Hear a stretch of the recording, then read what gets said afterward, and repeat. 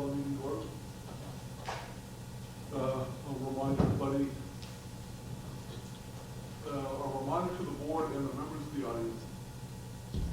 A reminder to the board and members of the audience that this meeting is being recorded and posted to a designated YouTube channel. As a result, the tape recording is a public record and will be handled accordingly. Are there any adjustments to the agenda? No adjustments this evening. Would anyone care to make a motion with regard to the minutes of August 5th? I make a motion to accept the minutes from August 5th. Seconded. Is there any discussion? Hearing none, all those in favor?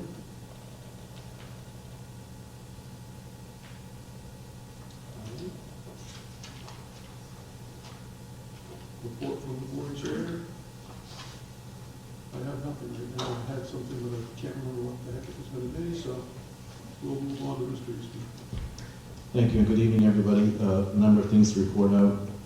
Bringing closure to the last school year. At the end of each school year, each building and the leadership team take time to recognize an employee with the Blue Apple Award.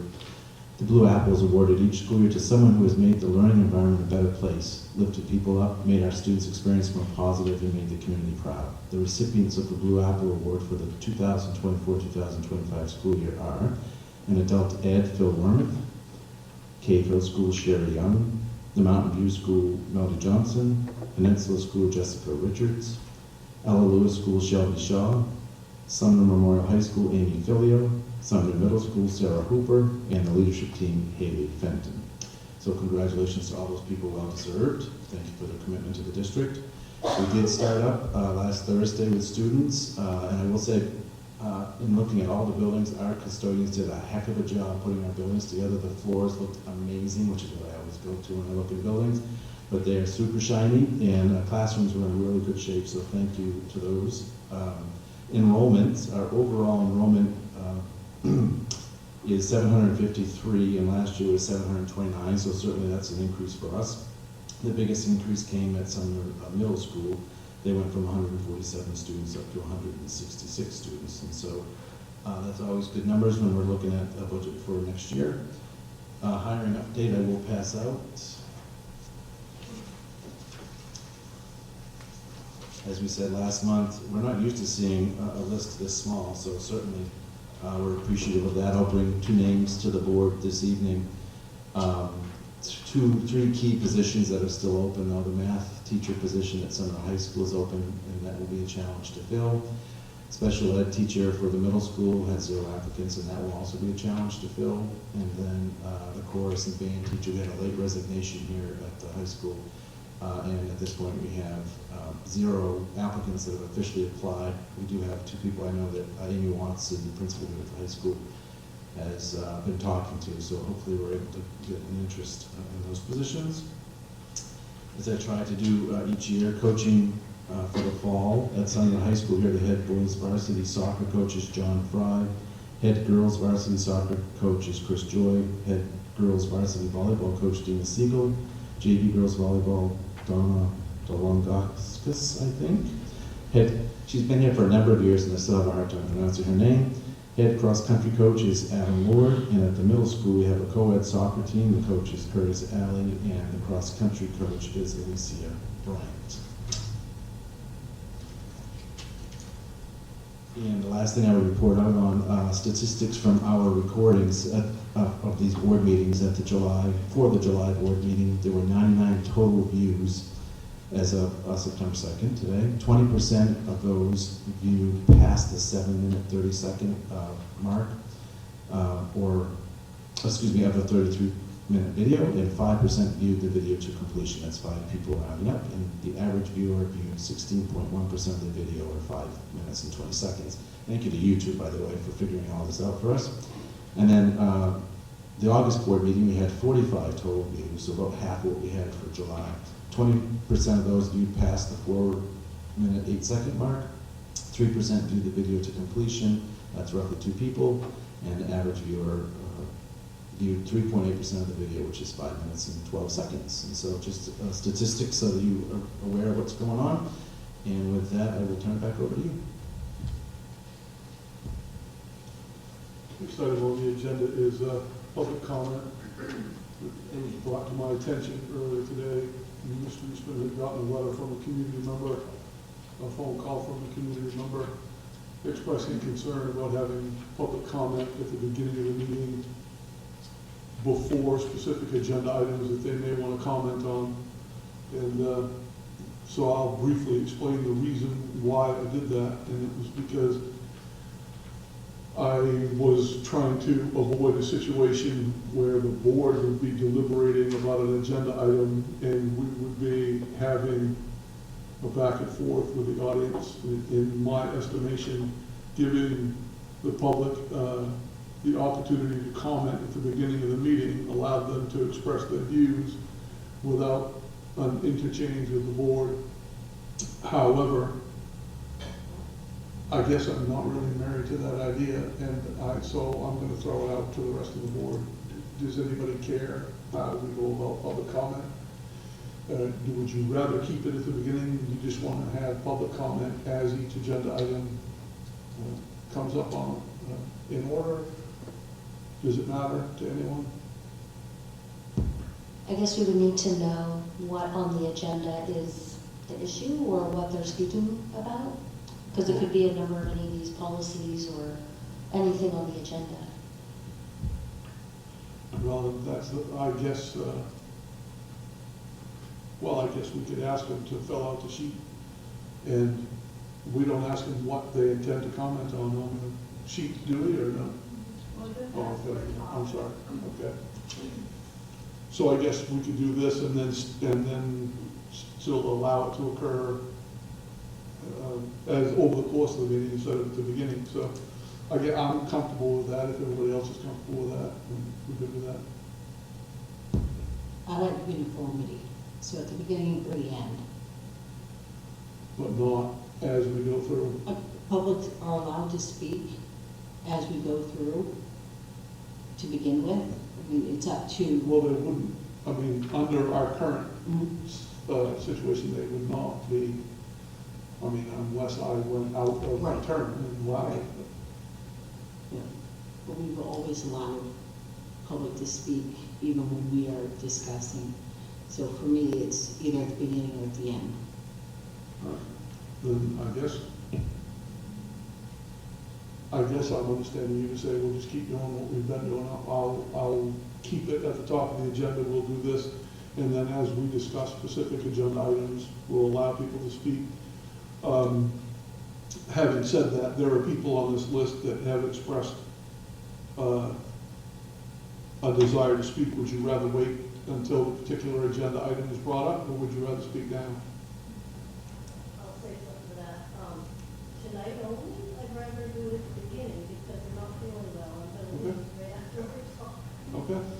But otherwise, I'd rather do it in the book. All right. Well, if you want to go ahead and come up now, and then you can go home and recuperate. Thank you. I'm Renee Trust from Town of Franklin, and I believe I'll be speaking on number 6 of, it's the one that's, yeah, you know, it's just a guess on my part. So anyway, after it's brought to my attention that the school board will be voting on whether to I'm seek. sorry. Excuse me. We need the microphone to record. Yeah, you just gotta get a little closer. Or.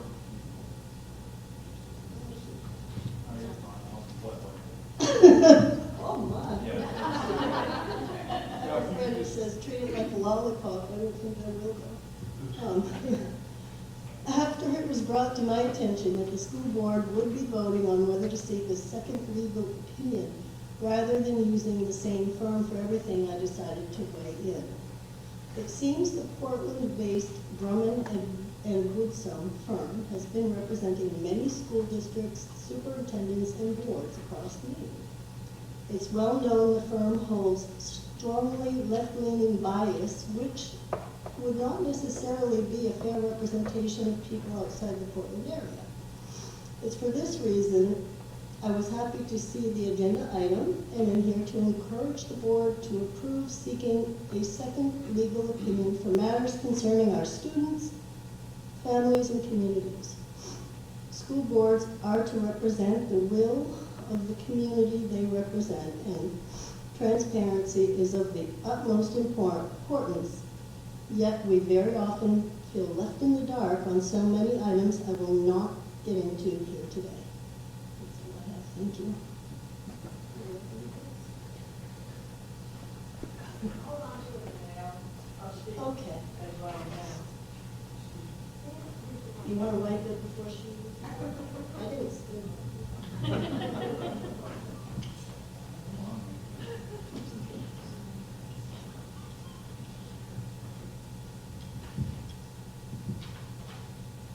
Hello? Okay, we'll hold it far away. I know I've been coming to a few school board meetings, and I can see that all of you are very concerned about giving the students the best education they can get and the best experience, and I think that's wonderful. Bearing in mind the best experience they can have and the best education, would it not be a good idea to have a second opinion on this issue? People do this all the time with a second opinion. When you're not feeling well, or even if you're feeling well, you go get a second opinion. There's nothing wrong with seeking another set of eyes. When I'm doing work, paperwork, I want another set of eyes. I want someone else to take a look at what I'm doing. Perhaps they'll catch something I didn't see. I'd like you all to consider that idea and realize that this is not a bad thing, this is a good thing. Thank you. Do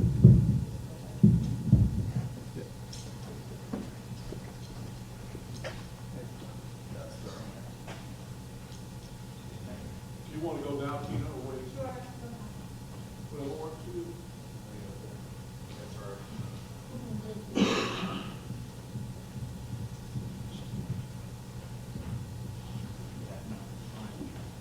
Hi. I just wanted to say thank you to the school board and Mr. Eastman for being here and showing up for our community. My request to move the public speaking at a later time is just so that when you have special speakers and bringing things to the board, we don't know what they're going to say. And that was my only thing, is that I didn't know when I had talked earlier that we could speak in between if we had a question. So that was my only concern. At this time, I'd like to reference seeking an outside counsel. Just to give you a little story, maybe. As a kid, I never questioned anything my parents told us. Take a medicine, get a flu shot. Side effects, I don't know, the doctor prescribed it, they know what they're doing. Until I got sick, I thought doctors knew best. If my mom or I had questioned what they had done or done some research, I wouldn't be as sick today. Same philosophy here. All interpretations come from Drummond Woodson, who's a lawyer for most of our school districts in Maine. Why should we question it? Why shouldn't we? There are 9 board members here. If I privately asked them the same question, I undoubtedly would get at least 5 different answers, and that's okay. When I personally ask Mr. Eastman a question or I question a policy, it goes back to Drummond Woodson where the policy came from, or edited and then sent out. I get the same answer that's in the policy. For the sake of the children, it doesn't hurt to get a second opinion. Don't be afraid to speak your opinion. Don't wait to see your neighbors vote. You speak for the people of your communities, and this is a board. This board is not meant to be in complete alignment. It's okay to agree to disagree. Getting an outside counsel gives you a different perspective. I hope you vote yes. Getting a different point of view, you can make better informed decisions, not just about Title IX, but any policies that you might have a question about. Thank you. Thank you. All right. Moving on to business. Item number 1, draft strategic plan. All right, good evening again. Tonight, I'm very pleased to present to you the draft of our new strategic plan. First, I wanted to acknowledge the work of our strategic planning committee, the leadership committee. This committee was co-chaired by Shelley Childroff and included members Janet Jordan, Roy Gott, Vern Campbell, Brenda Jordan, Jackie Wyckoff, Danielle Wells, Rachel Tashinsky, Ashley Carter, Michelle Bennett, George Deans, and myself. This group represented a balanced cross-section of our district, bringing together voices from our school communities, teachers, administrators, parents, and community members. The committee began meeting back in November and has held 10 meetings in total. From the outset, the group agreed that we didn't need to start completely from scratch. Our previous plan included many meaningful and relevant components, and the committee felt it was important to carry some of those forward while also identifying new priorities for our district. Throughout the process, we sought and considered input from all of our stakeholder groups, parents, students, and most recently staff. I've included the staff feedback in your materials, and I think you'll see there is overwhelming support for the plan as it is written. Importantly, the committee reviewed each opportunity of feedback carefully and made modifications to the plan whenever it was appropriate to reflect the thoughts of these groups. I want to take a moment to thank the committee members for their hard work. This process was both collaborative and efficient, and above all, always centered on what is best for our students. My hope is that the board will approve this plan this evening. If approved, our leadership team will begin to work to develop specific action steps for the first year, just as we've done in the past. Once those action steps are finalized, we will bring them back to the board for review. And so I would put the plan forward for your consideration. Thank you. Do you want to make a motion with regard to the strategic plan? I make a motion to accept the strategic plan. Seconded. Any discussion on this strategic plan? Do we get a copy of it? It was in your email. Okay. Yeah. Did you get it? I hope. It was sent with the agenda for this meeting. I may have gotten it.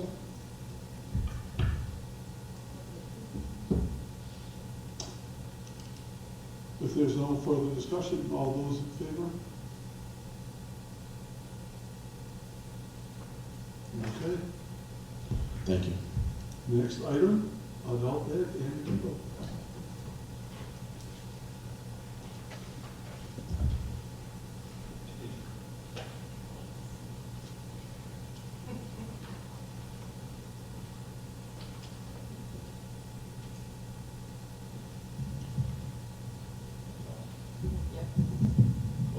Thank you. No problem. Hi, I wrote in an email to Michael earlier this summer that I was happy to say that we had met, we being our adult education program, had met the state data targets for FY25.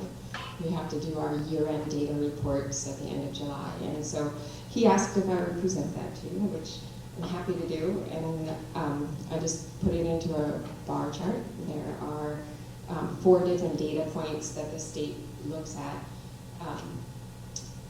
both as individual programs, but then also as hubs. So our hub is Hub 1 for Washington and Hancock County, and it's collective data for the hubs, and it does impact funding. So it is something that we feel like is important. But the smallest little graph over there, chart on the left there, is increasing enrollment.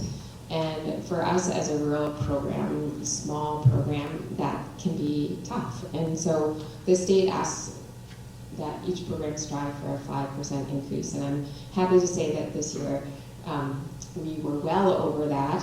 Last year we did not meet the 5% target because for us that can be, well, last year it could have been a couple students who didn't count as our students because they had enrolled in another program first.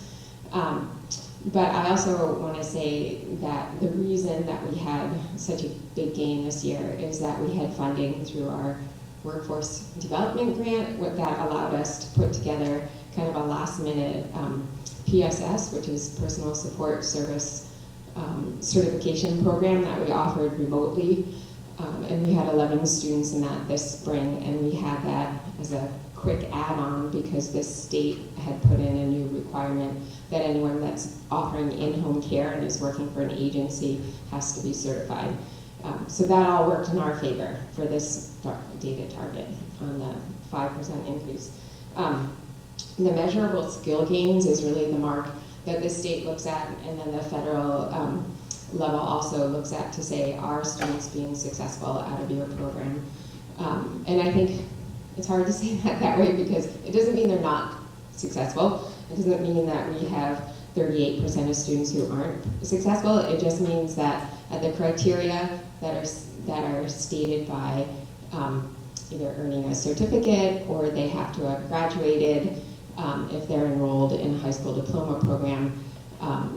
But we did have a 62% success rate on the state targets. And I will say that will probably also go up next year because they are expanding the ways that people can demonstrate that they have met a measurable skill gain. Before, it was either they went up a reading fluency or a math fluency level, or they earned their high school completion. And even if a student enrolled in April in high school completion, if they didn't finish by June, no matter where they were in starting the journey, they would be considered not making a gain.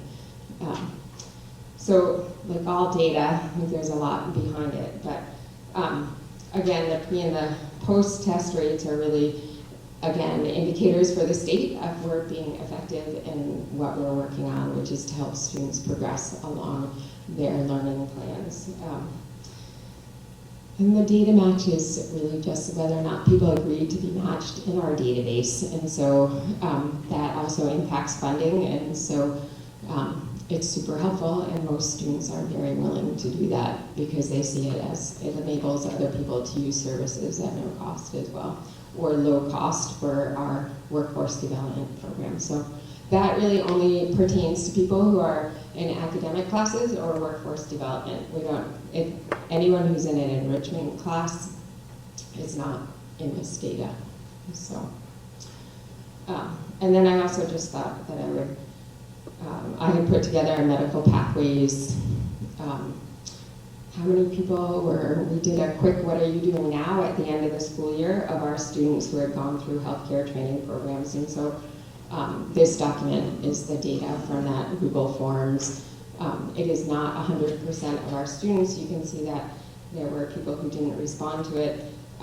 But between Facebook messaging, texting, phone calls, we were able to track most of our students who went through programs last year for our healthcare program. So that's what the handouts are. And then I hope everyone got a copy of the catalog in our mail. If you now have two, you can give it to a friend who didn't get one. So, thanks. Can I ask a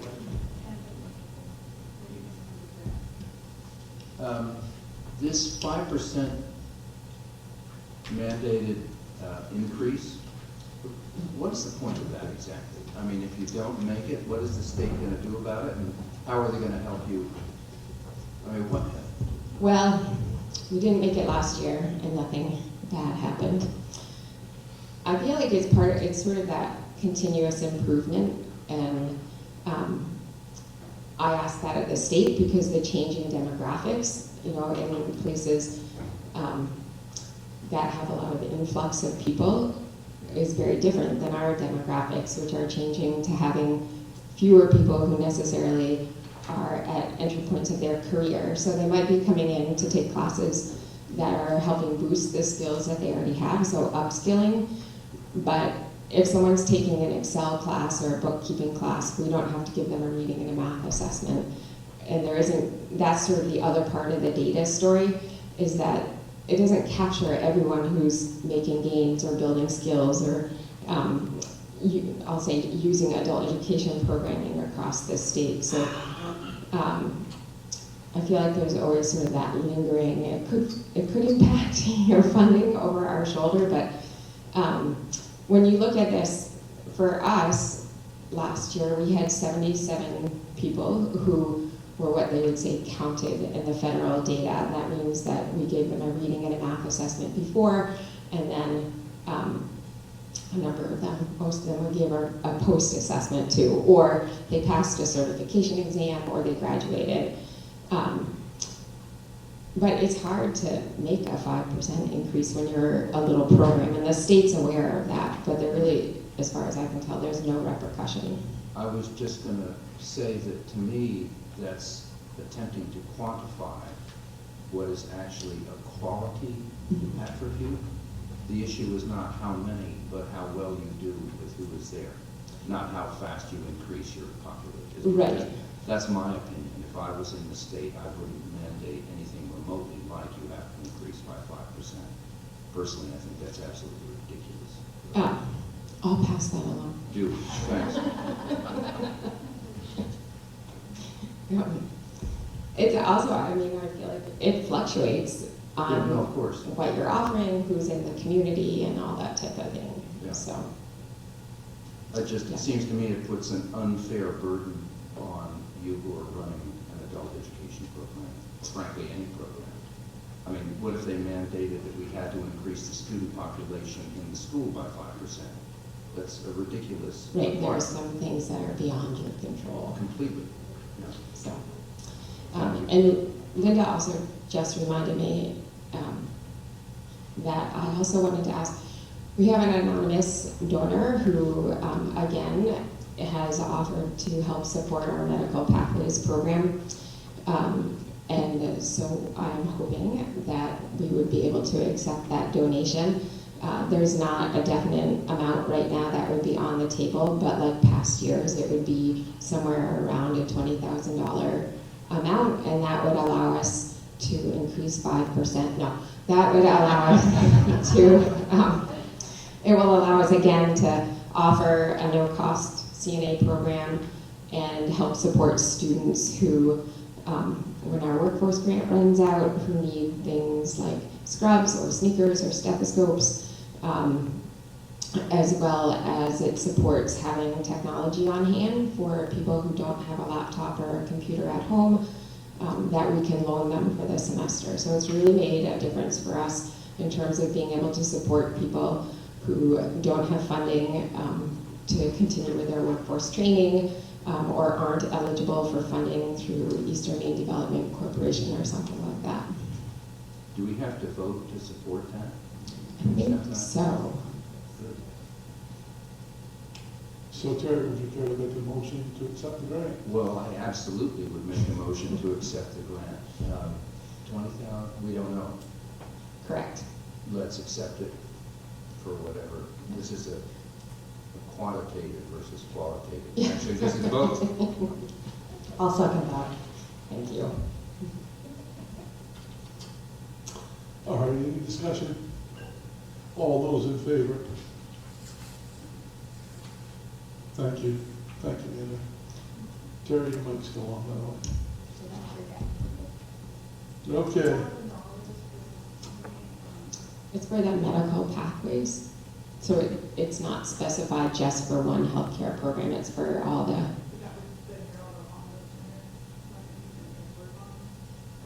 oh, that was a different one. That was Eastern Maine Community College, as a partner with the Harold Alfond Center, which supports numerous workforce training programs, like all of the community colleges that now offer no-cost workforce training, has offered to pay the balance of our clinical medical assistant program because our strengthening workforce grant runs out in December, but our program will continue on into April, and so they are willing to cover the rest of those expenses. So for us, that would really be the remaining wages for the instructor, because we are able to purchase all the materials, exams, all of our lab equipment, etc., before to serve that cohort that would be going through. Yes. Andrew, do you have a rough estimate what that would be? That would be, I think the contract is for $7,000. So for the part of the wages, 8,000. I would go with Linda.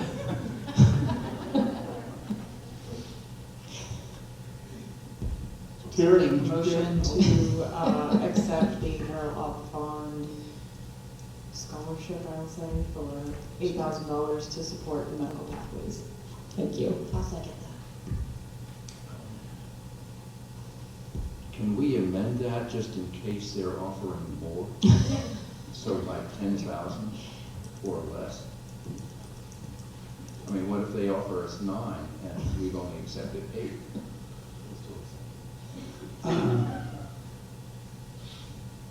How about we accept the balance of the request? Stand correct. Okay, any discussion on this? Andrew, you better not have more of these, I don't know about you. No, that's Ann. I wish I did. All those in favor? Okay, thank you. Thank you. Next item on the agenda, Facilities and Transportation Committee report. We met on August 19th. We voted on chair. I'm the chair. Carla is the vice chair. We had a small agenda. We went over propane bids. Typically, we go with the lowest bidder. We had Dead River, No Frills, and RH Foster. Dead River came in at $1.37. No Frills was $1.36, and RH Foster was $1.57.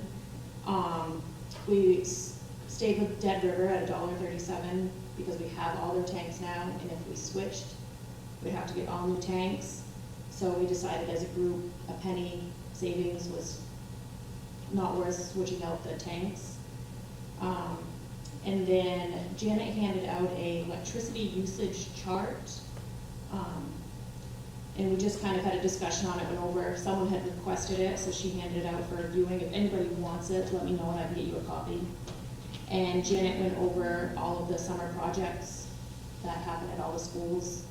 And when we had the meeting, not everything was completed, but school has started, so everything is completed now. And our next meeting is on September 16th at 5:30 at DSF.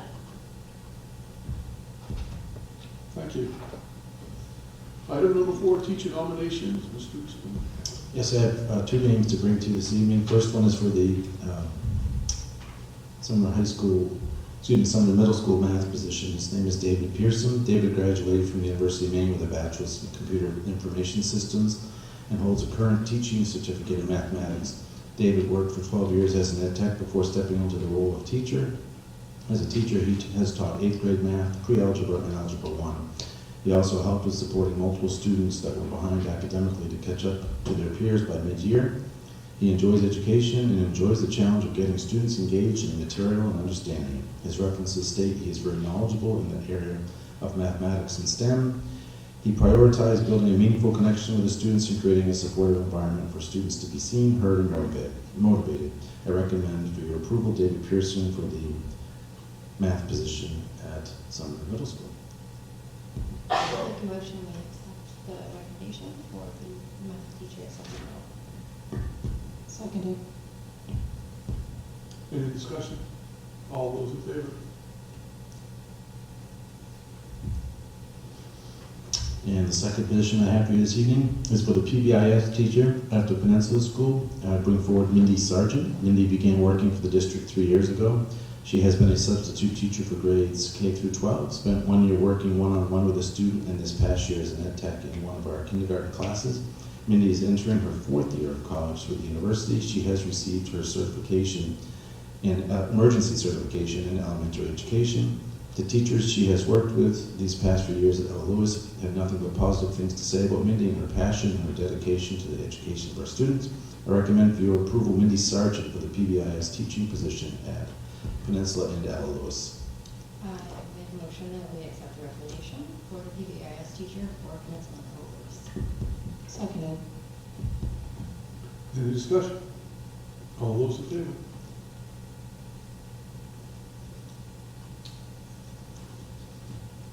Thank you. Did you have a question? Oh, okay, I'm sorry. What actually, I have a question. The math teacher, is that new math? Just out of curious, which I never understood new math. I didn't really get the old math all that well either, so. You're just being feisty. Wow. Nobody knows if it's new math or old math, you know? Wow. All right, next item on the agenda. This thing's going off the rails completely. Policy Committee report, Mayor Coxway.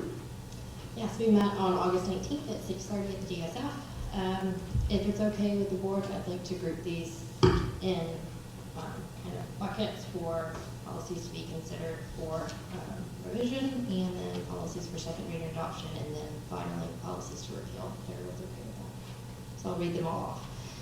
So for the policies to be considered for revisions, we had policy IHBEA, Program for Limited English Proficient Studies, students. And the biggest change was it used to be English, but we're going to be switching that to multilingual. So the policy will be the Program for Limited Multilingual Proficient Students. And that was really the change that we made consistently throughout the policy. Policy IK, Assessment and Reporting System, there were just minor changes, like changing school, unit to school, and minor grammatical changes. Policy GBIA, Staff Participation in Political Activities, had minor changes and just making sure that it met the same format of our other policies that we've been updating. Policy BCB is RSU Conflict of Interest, and again, that was minor changes and grammatical changes. Policy BCC, Nepotism, again with minor changes and grammatical changes. Policy BDE, Board Standing Committees, again with minor changes and making sure that it met with school instead of unit, and changing the abbreviations for RSUB. Policy BEB, Board Member Use of Social Media, again with the minor changes. And Policy IJN DC-E, Laptop Computer Usage Contract.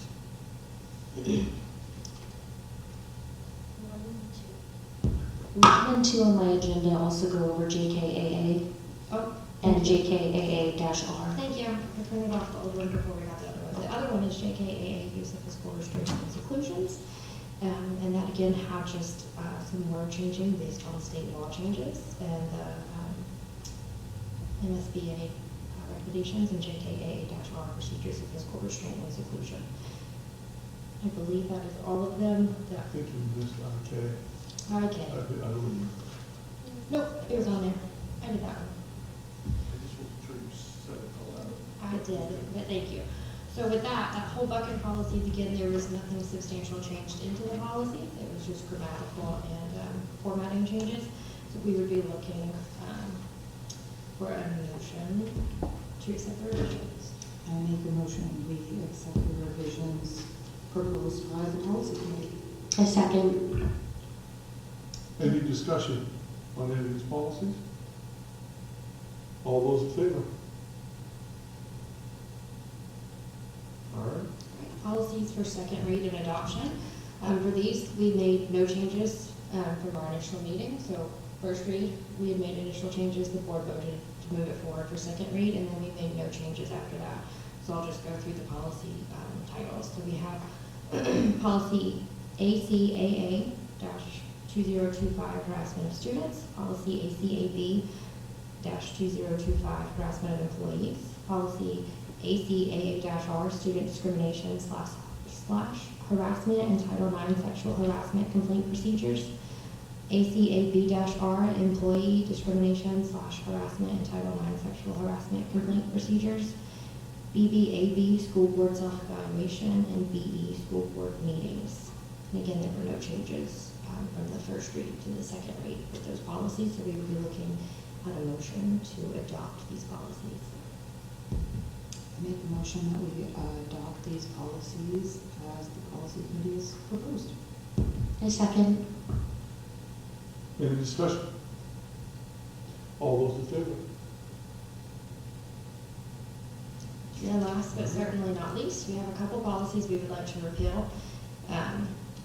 We have IHBEA-R, the late plan, I believe, and that is being repealed because we have voted in IHBEA, Program for Limited Multilingual Proficient Students. And then because we have voted in ACAA-2025 and ACAB-2025 and ACAA-R and ACAB-R, the policies ACAA-R1 2024, student discrimination and harassment complaint procedure, as well as ACAA-R2 2024, student sex discrimination / harassment complaint procedure, as well as ACAB-R1 2024, employee discrimination and harassment complaint procedure, and ACAB-R2 2024, employee sex discrimination / harassment complaint procedure. The reason all of those ACAAs and ACABs are going away is because we have combined the policies. So it's no longer just a discrimination and then a separate sex discrimination. We've compiled them into one, so that's why you have AA, which compiles it all, so that's how we're able to eliminate those 4 redundant policies. So the committee would be looking for a motion to repeal these policies. I make the motion to repeal the policies as recommended by the policy committee. A second. Any discussion? All those in favor? Way too smooth. Our next meeting was scheduled for September 16th at 6:30. However, we are going to be postponing that until October due to a scheduling conflict. We will post that once we have it. Sometime in October. We don't have that date yet.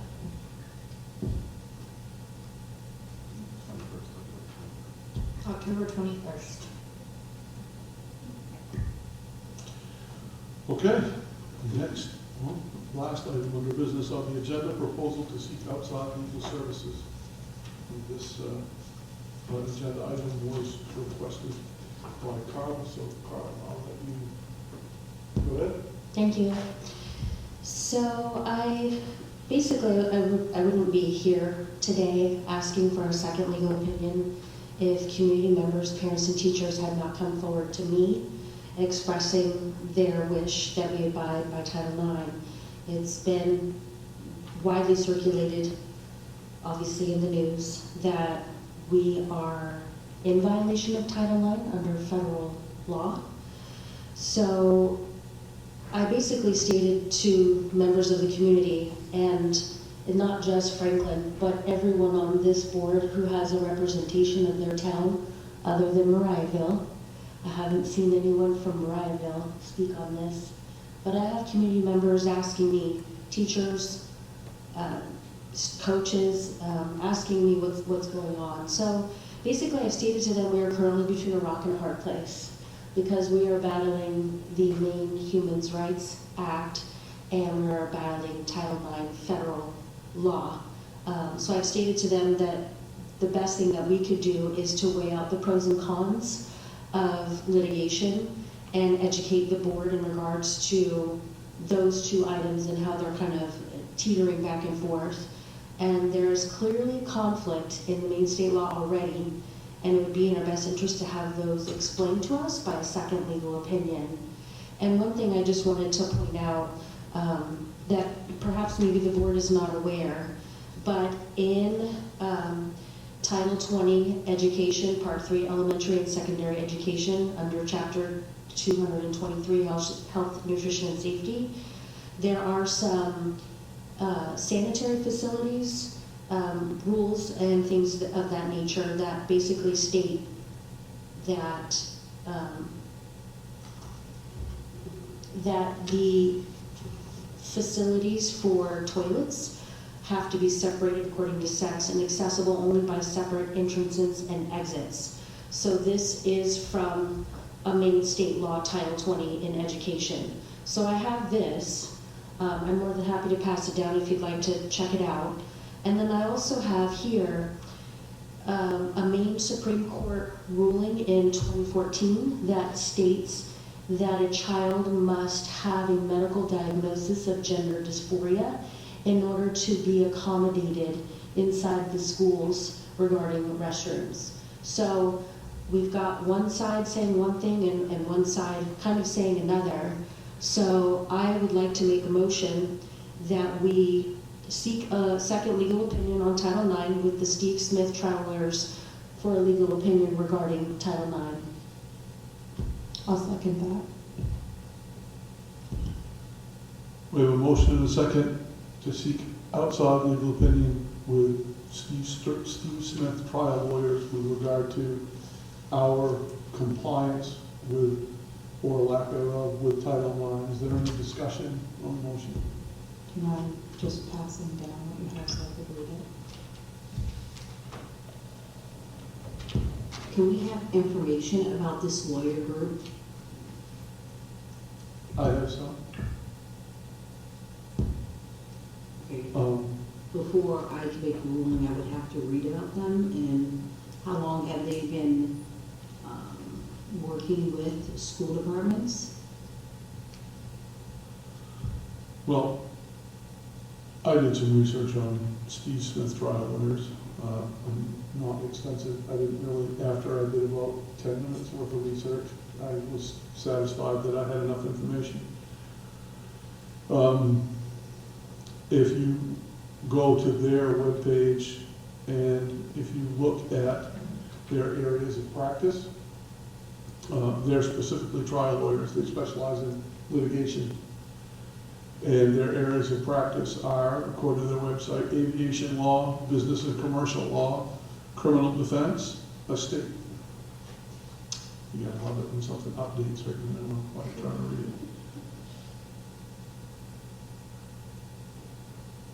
it. Estate planning and wills, family law and divorce, military law, patent law, and personal injury. Nowhere on their site do they cite any background in education law.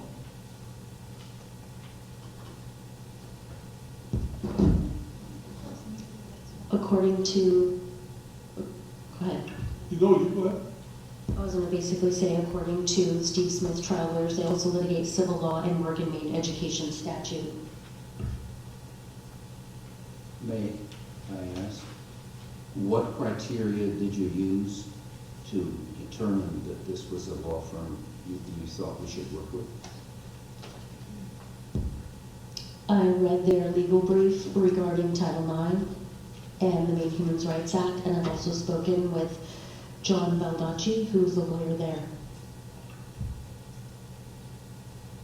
Can you summarize what their Title IX No. agenda is? We cannot here summarize that legal brief. We right now employ Drummond Woodson as our attorneys, and we've not yet made any decision to seek an outside legal opinion. Right. So any brief that they've prepared for another client can and doesn't apply. We cannot use it unless we hire them as our attorney, so we cannot discuss that brief here. Okay. Sort of like buying a pig in a poke then, isn't it? I hate to use that expression, but. So I guess my question would be, what would the cost be? I understand getting a second opinion, but how much more is that gonna cost us to get a second opinion from another lawyer? It's under $500.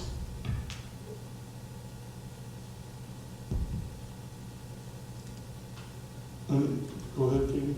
My personal feeling is just based on the policy meetings that I've been to, not just related to Title IX, but any time that we've talked about legal counsel on any of our policies, we always say, you know, one opinion can be vastly different than another, and I don't think that it hurts to hear what another lawyer may have to say, because they can read the same line and get a different interpretation.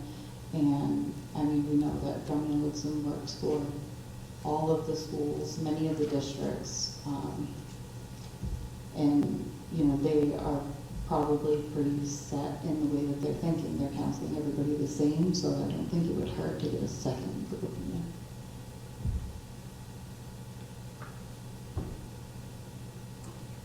Go ahead, Steve. I guess I have a question about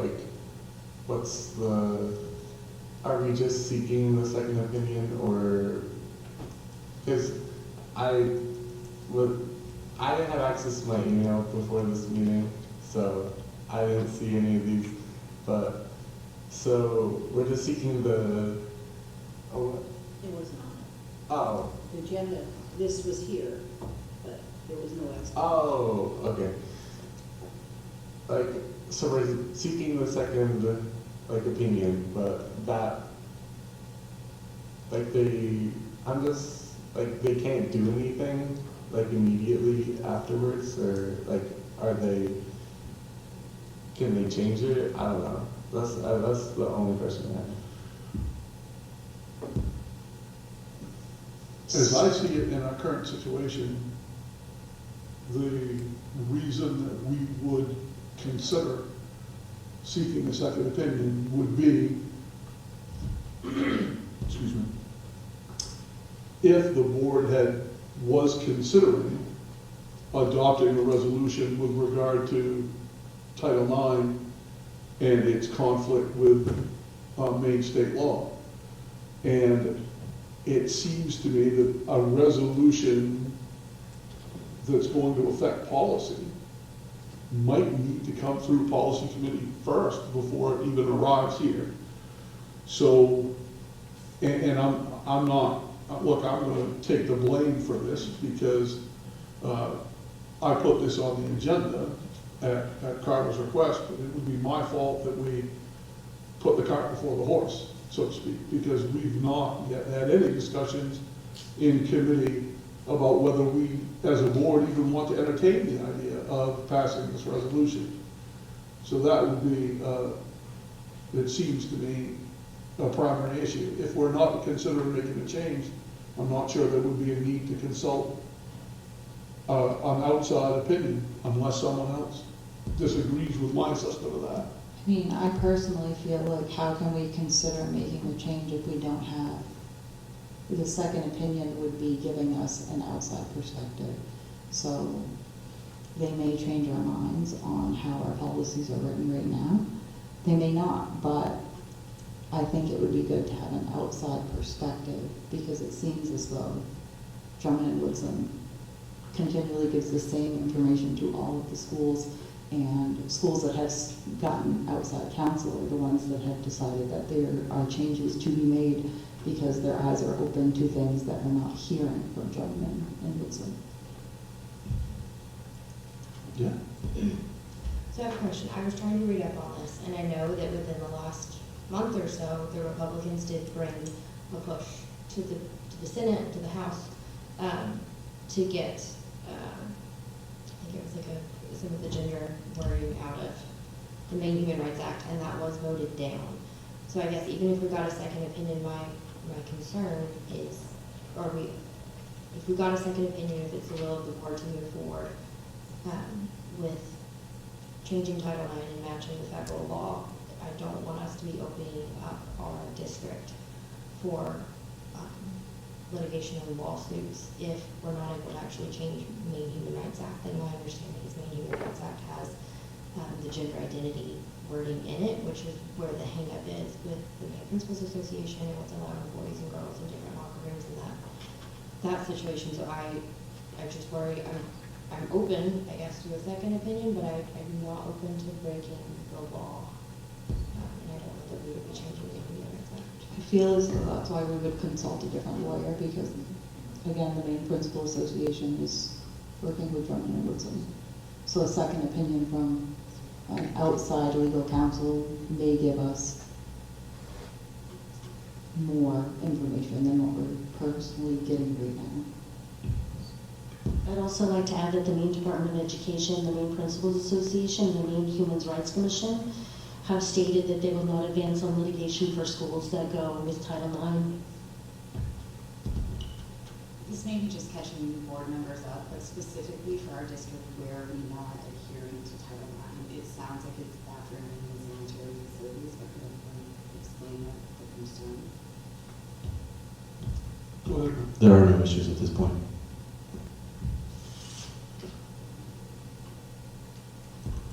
Right.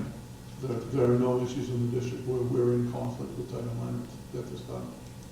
Mercy, did you start to say something? Yeah.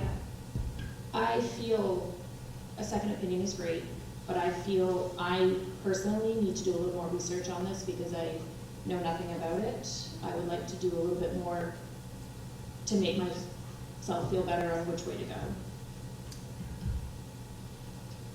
Go ahead, Terry. May I ask where our current law firm is based?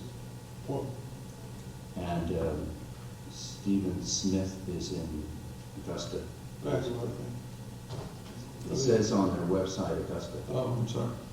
So, He's from that. right, I would tend to want to go more local, but I don't, well, I need more information as well. All right, I have a bunch of concerns. I've made some notes, and so rather than screw things up, I'm going to try to read my notes.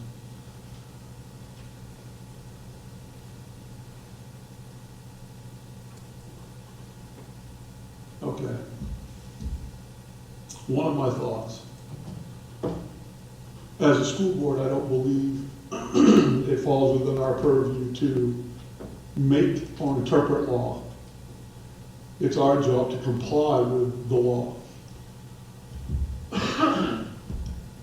I understand there's a conflict between the president's executive order and current Maine state law. But that's already in the courts. And it seems to me that the most prudent course of action would be for us to see how that plays out in the courts.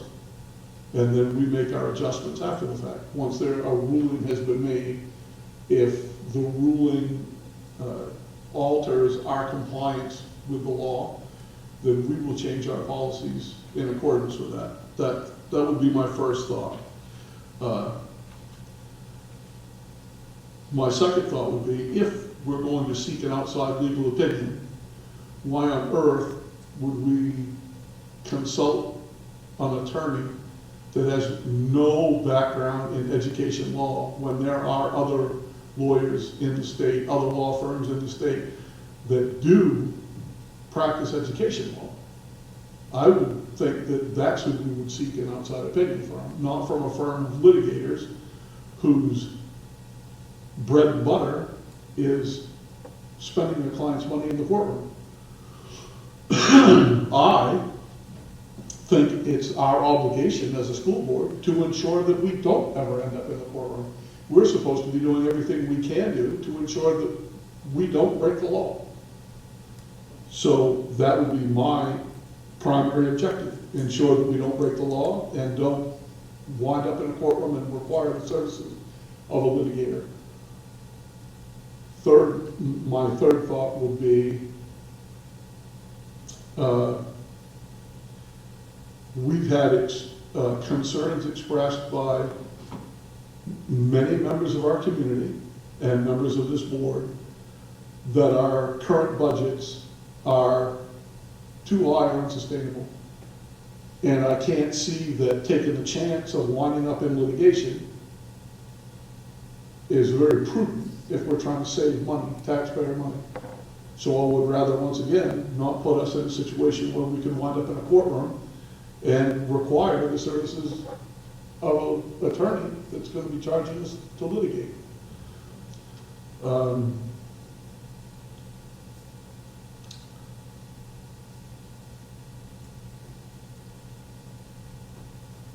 I guess that's all I have for that.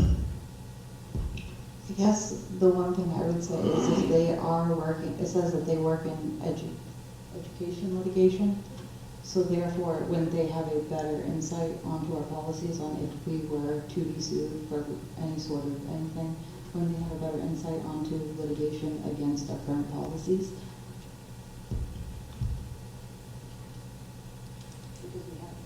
Because we did have concerns brought by the community at our meeting about our policies, that we could face litigation on both sides. So wouldn't they have a better view on how our policies currently stand and whether we could be sued on either side? Well, at this point, to my knowledge, only one school district in the state has ever been sued with regard to issues like this, transgender issues. And the attorney that litigated that case was Drummond Woodson. So, if we're going to litigate, they'll litigate too. And I'm not saying that we shouldn't seek an outside opinion. I have no problem with that. But it seems to me we should go with a firm that has more background in education than Steve Smith does. Do you have a suggestion of one? Let me have that suggestion for you. Bran Isaacson. Say it again for me. Bran, B-R-A-N-N, Isaacson. And Where are they where are they? I believe Lewiston. And they do ed law. I guess my concern is why we would not go with Steve Smith's trial lawyers in regards to how they litigate civil law and work in Maine education. Just getting an outside opinion or a second opinion doesn't mean we're going to do anything that they say, but when you were at the board meeting in May, you had stated, I quote, "I voted in favor of this at the time and voted in favor of it because we were told our attorneys was very close to a boilerplate that mirrored state law. And upon looking more closely to the policy, it's clear to me that I made a mistake 6 years ago in approving this policy in regards to JV transgender." So back up in April 15th at my first policy committee meeting, which was at 5:30, our superintendent stated that Drummond and Woodson reviewed this policy and told us there was nothing wrong with this policy when it was a clear FERPA violation. So I feel like there's an echo chamber when we're constantly going to Drummond and Woodson and we're not getting a second opinion. So this law firm has worked with other school districts in Maine to give them information. Whether we agree to move forward or not, that would be a decision we would make at that time. So I'm just trying to make a motion that we seek outside legal counsel with Steve Smith's trial lawyers.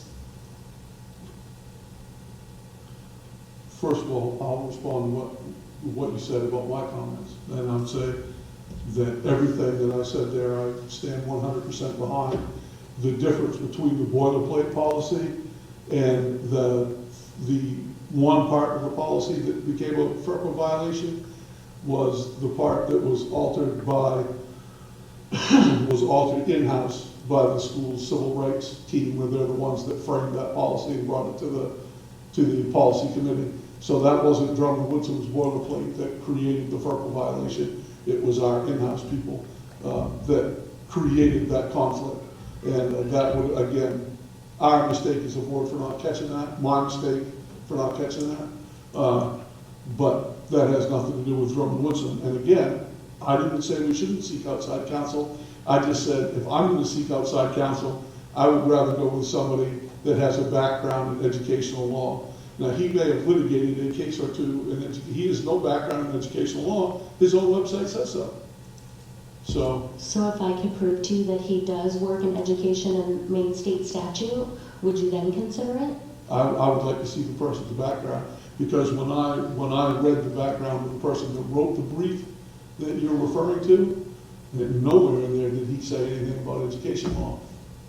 Because what we're speaking about isn't in regards to education, it's in regards to civil law and how we can be civilly sued on either side, whether you have a Title IX violation from a female who's complaining about something that's happening in her restroom or overnight accommodations or whatever, or you have another individual that feels that their rights are being violated on the Maine Human Rights Act because someone said something to them in the bathroom. Either way, we're at risk. So, I think it would be in our best interest, as the community has been asking me, even from your town, they're asking me to please seek another opinion. So the reason why I chose Steve Smith's trial lawyers is because I actually worked with them already away from the school board regarding the JV transgender policy. And they said this is a clear violation. So why would our superintendent tell us at an April 15th policy meeting that Drummond and Woodson reviewed this policy and told us there's nothing wrong with this policy? Go ahead. I'd be happy to answer that. And it's,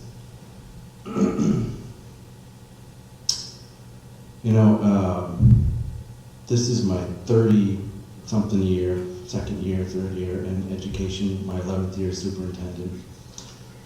And I have to say, probably the last two have been, less than two, have been the most disturbing in my career.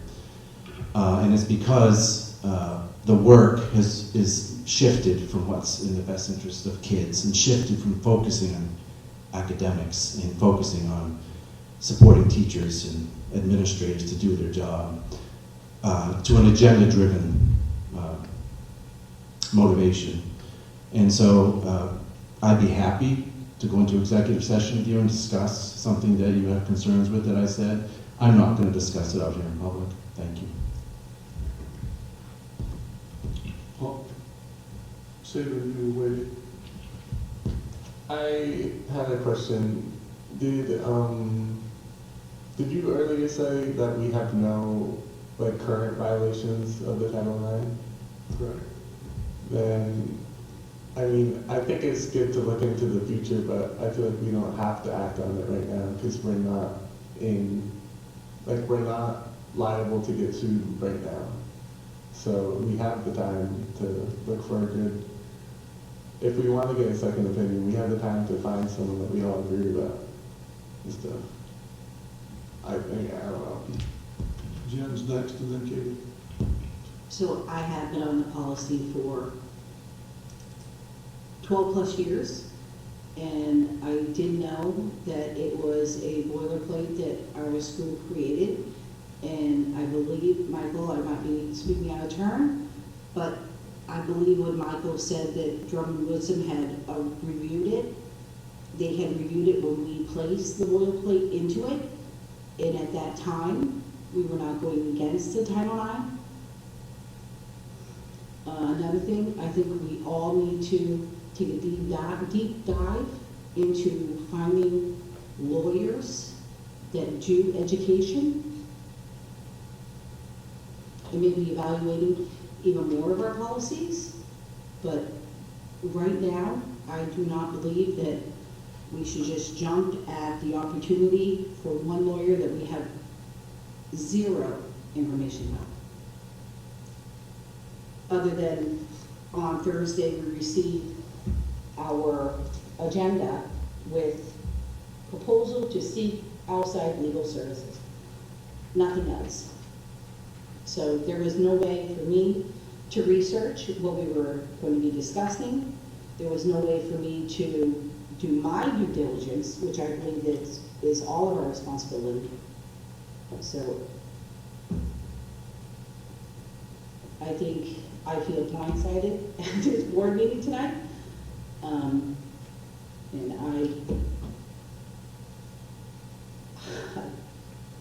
that's pretty much it. Because you said that it was Drummond Woodsum that litigated some policy. Do you happen to know what policy it was? It was, I don't know the policy, it was a case. A case. Might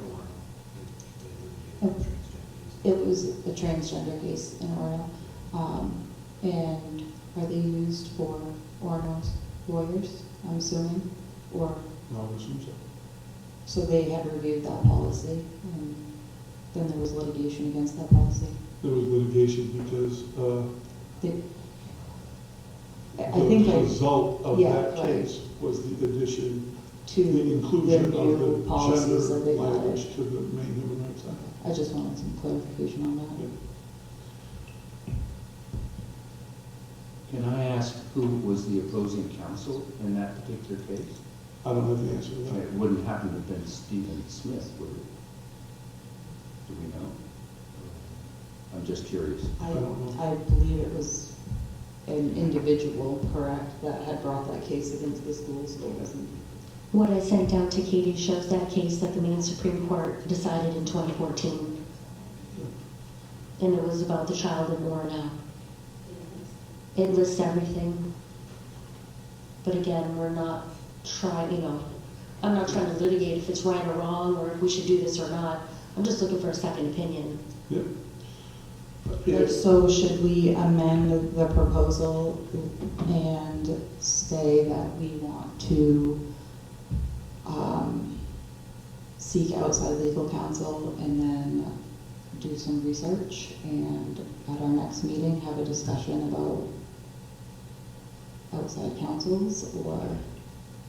If you should decide that you would like to amend this motion to say that, then you can make a motion in that respect, and we can see how that plays out. Okay, can I make an amendment to this for us to seek a second opinion and do a little more research on the council that we choose? Is there are you making that a motion? You said I'd like to. Okay, so that's a motion. Would anyone care to second that motion? A second.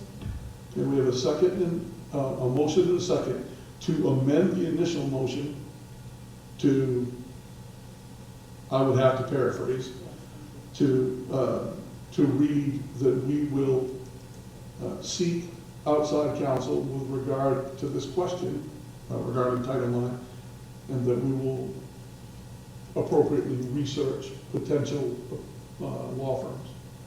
Is that close enough? Okay. That sounds close enough. If everyone's good with that motion, then that's what we've got on the floor right now. Is there any discussion on the amendment? I would just Jen, you go, sorry, go ahead, Jen.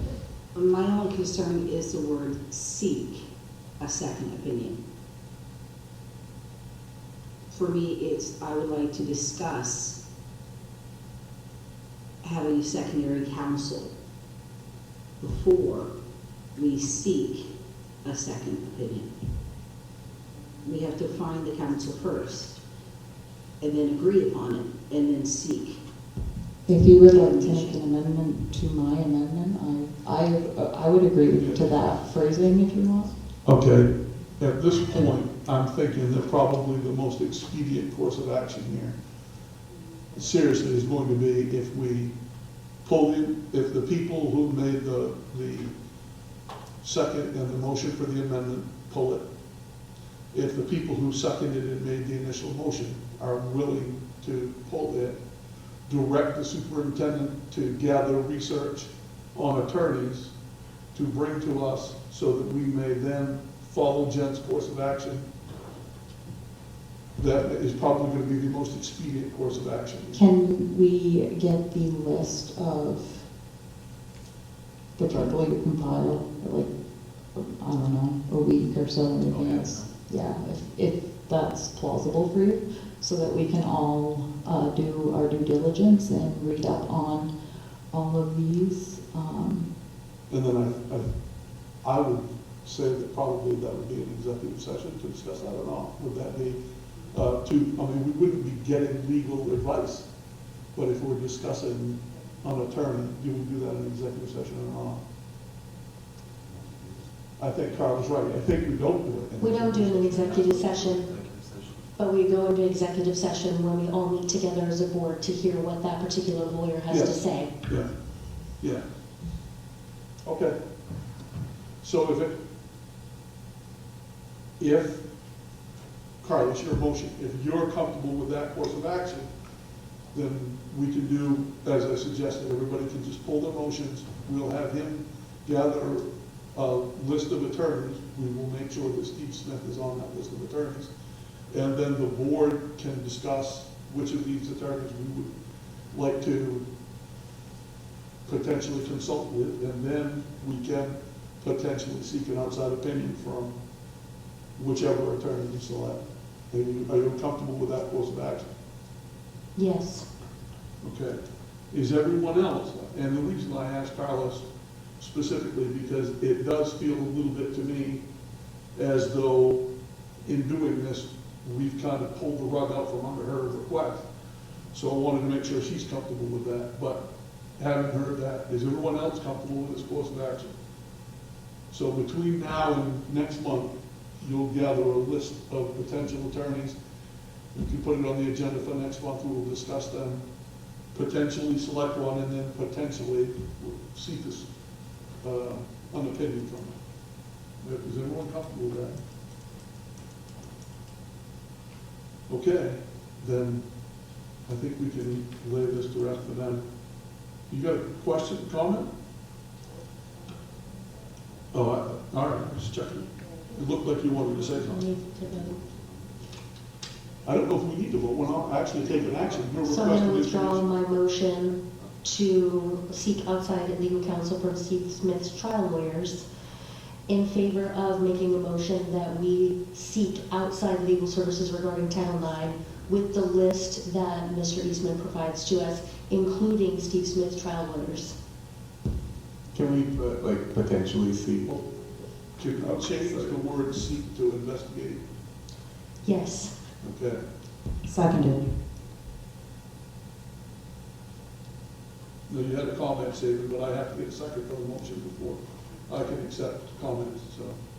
Oh, you already fixed my time. Okay. All right, so he's not gonna seek, we're gonna investigate, so, okay. We got a motion and a second. Is there any discussion on this motion? All right, all those in favor? Opposed?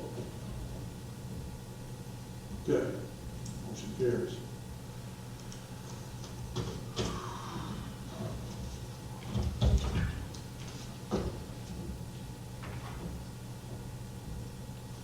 Well, I'm gonna take the heat on that, there probably is a lot better way to go about doing that, but I didn't know how to go about doing it any differently than throw it on the table and discuss it, so. Board review of meeting, let's start with Jen tonight. I'm good. Save it. I'm also good. Ask him. I just think it's important to point out that even though we didn't come to a point with this seeking second counsel, I don't think it sounds like everyone's on the same page. I just feel like we didn't have enough info today to really move forward with it. I'm good. Thank you, Amber. I appreciate all your hard work and congratulations on making your 5%. Katie, go ahead. I wanted to congratulate all Blue Apple recipients, especially you, Haley, and thank you to all of the public that, shared their opinions with us. And I wanted to thank the Strategic Planning Board for all their hard work. And congratulations to Adult Ed on their data and exceeding all expectations, as always. And I love the catalog, and I will share my new one. Sure. I'm good. Contrary to popular opinion, I'm good. Carl.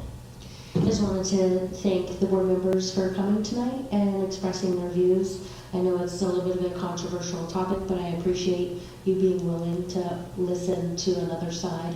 And so I just wanted to thank you for that and echo what Katie said regarding the Apple recipients and education department and everyone that works so hard in our school district to make sure our kids have the best possible learning environment.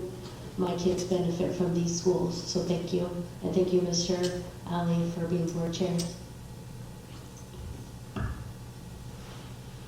All right, I would say I stopped in right at the close of the school day here today at the high school and the middle school. And I got to catch a few of the teachers on the way out. First few days of school, everyone's morale is high, but it's still nice to see people smiling. Just a really great vibe in the building, just like there was last year. We're starting out on the right foot. There's some interesting programs afoot, and I'm just excited to get another year going. Everyone's excited and things are going smoothly so far. With that, I'm not reading off this list of future meetings.